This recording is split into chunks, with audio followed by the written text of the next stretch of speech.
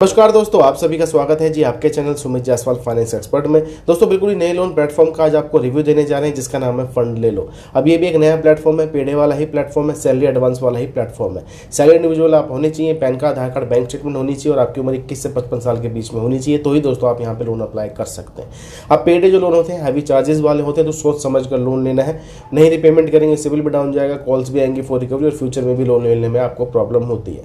तो पहले चीज़ों को देख लीजिए, समझ लीजिए, अगर आप रिपेमेंट कर सकते हैं या लोन आपके लिए सही है तो ही आपने आगे बढ़ना है। और ऐसे लोन तभी लेने जब आपको कहीं पे ईएमआई लोन नहीं मिलता, ठीक है, तभी ये दोस्तों पेडे कैटेगरी के लोन जो है निकल कर आते हैं। डिस्क्लेमर भी रहने वाला, 100% कोई गारंटी नहीं है कि सबको ही लोन मिल जाए। ये सब आपके प्रोफाइल और रिपेमेंट बिहेवियर पे डिपेंड रहता है। बाकी इसका रिव्यू मैं आपको प्रोवाइड कर देता हूँ। चलिए दोस्तों, आज बिल्कुल नए लोन प्लेटफॉर्म का रिव्यू देने जा रहे हैं आपको, जिसका नाम है भाई fundlelo.com।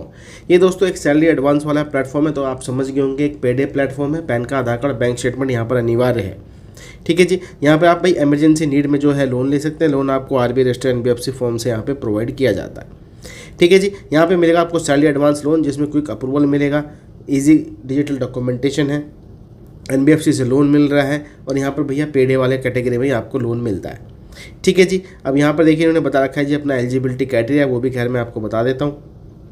इन मिनिमम एज रिक्वायरमेंट 21 से 55 साल की है, सैलरीड एम्प्लॉय आप होने चाहिए, ठीक है जी। बाकी यहाँ पे अगर हम बात करें तो भारत का नागरिक होने चाहिए। डॉक्यूमेंट में आप देख सकते हैं यहाँ पर बैंक स्टेटमेंट तो खैर आपको देनी है, लेकिन सैलरी से पूछ सकता है, हर केस में नहीं पूछता है, लेकिन हाँ पूछ सकता है। बाकी पैन कार्ड, आधार कार्ड, बैंक स्टेटमेंट आपके पास होना चाहिए, आपकी उम्र 21 से 55 साल के बीच में होनी चाहिए।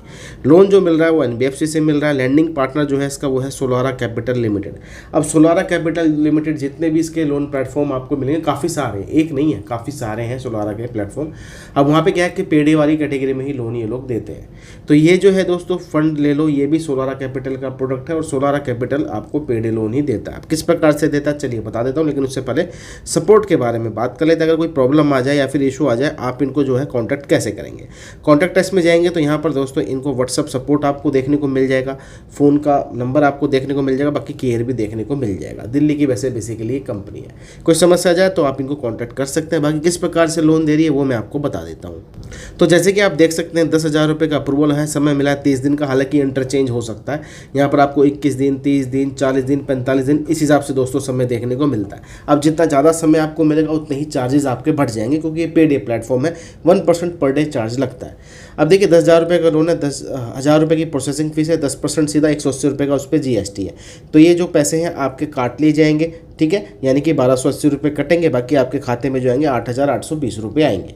3,000 रुपये का टोटल चार्ज लग रहा है 1% पर डे के हिसाब से, यानी कि 100 रुपये इंटू 30, तो ये हो गया 3,000। रिपेमेंट आपको करनी है 13,000 रुपये, अगर आप 30 दिन के अंदर रिपेमेंट करेंगे। हालांकि अगर आप जल्दी क्लोज कर देंगे तो आपका ब्याज काफ़ी हद तक बच सकता है। खैर देखिए टेन्योर तो 1 महीना चाहिए होता है रिपेमेंट के लिए, क्योंकि काफ़ी लोग फिर रिपेमेंट नहीं कर पाते हैं।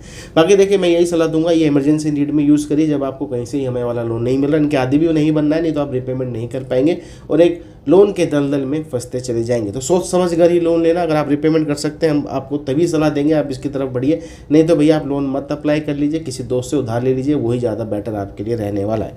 हाँ, अगर आप सैलरी इंडिविजुअल हैं, पैसे रेगुलर कमाते हैं, तो आप लोन की तरफ बढ़ सकते हैं। चलिए दोस्तों, मिलेंगे आपको दूसरी वीडियो में। ऐसी जानकारी के लिए चैनल को आपने सब्सक्राइब कर लेना है।